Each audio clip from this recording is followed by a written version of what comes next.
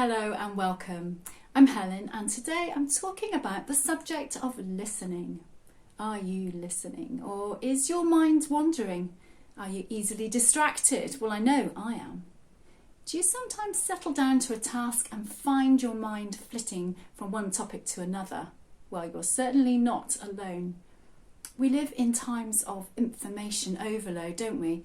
So many of us, for us, technology is like a constant distraction. Our smartphones, our smart watches, streaming media, 24-hour news and the radio. We're just surrounded by information, so much calling out for our attention, so much noise and activity. We allow so much noise that we can be in danger of not listening. I expect you've been in that situation when you're trying to talk to a friend and they're just scrolling through their mobile phone, only giving you half their attention. I wonder if sometimes we can be a bit like that with God. Communication is, of course, two-way.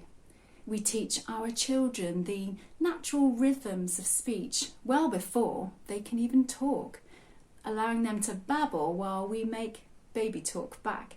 And it might seem like nonsense, but it's a really crucial way to teach them how communication works. I speak, you listen. You speak, I listen. Now, we're all guilty of this, but isn't it frustrating when you're interrupted when you're talking, finding yourself not even being able to make your point because you're cut off before you got there? People talking over people is one of my pet peeves.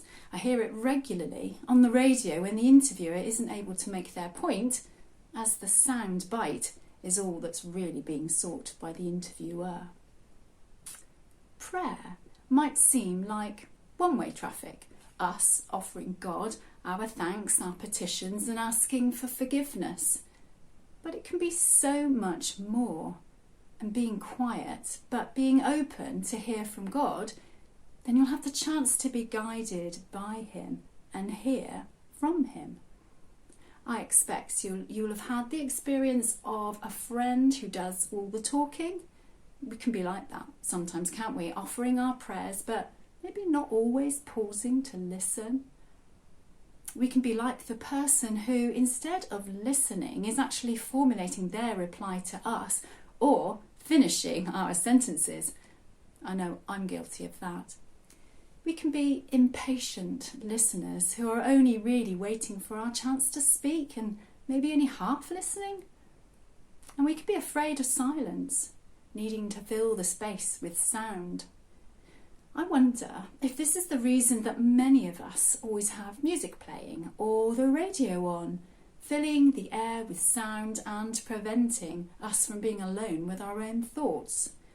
Well, there's nothing wrong with that, but you might find that it's in the quiet times when we are still and restful that God can talk to us and we can be open to hear.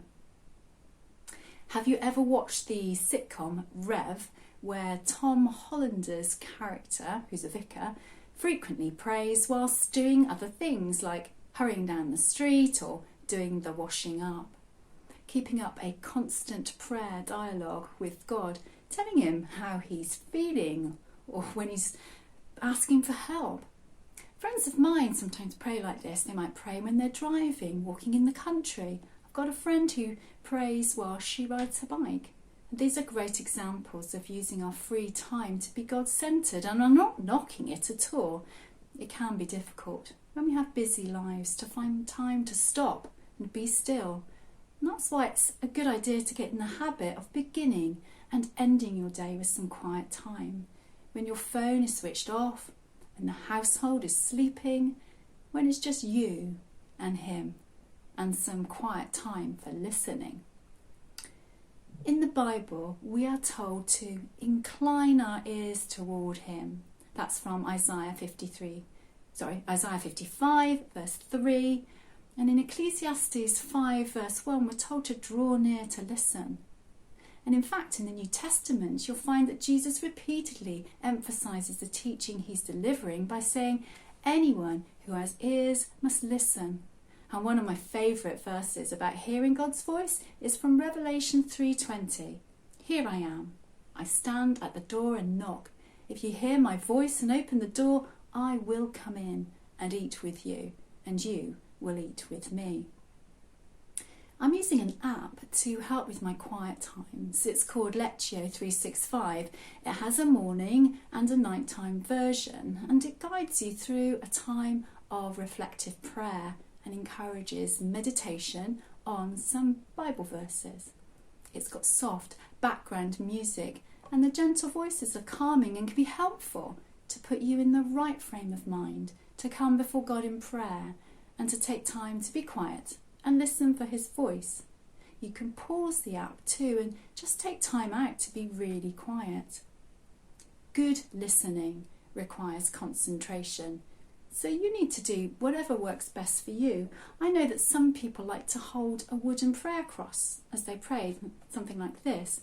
So maybe you'd find the tactile sensation of a cross a useful way to keep you focused on the task in hand, to encourage you to be still and enter the presence of God and actively listen.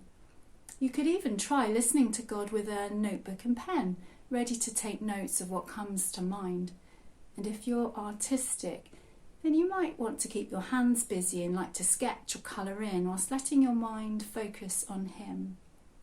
Really listening in prayer does require some discipline, as does anything that's really worth doing. And I say this to myself as much as to any of you. Be brave and ask him to speak to you and listen with your heart. Thank you for listening today, and see you again another time. Bye for now.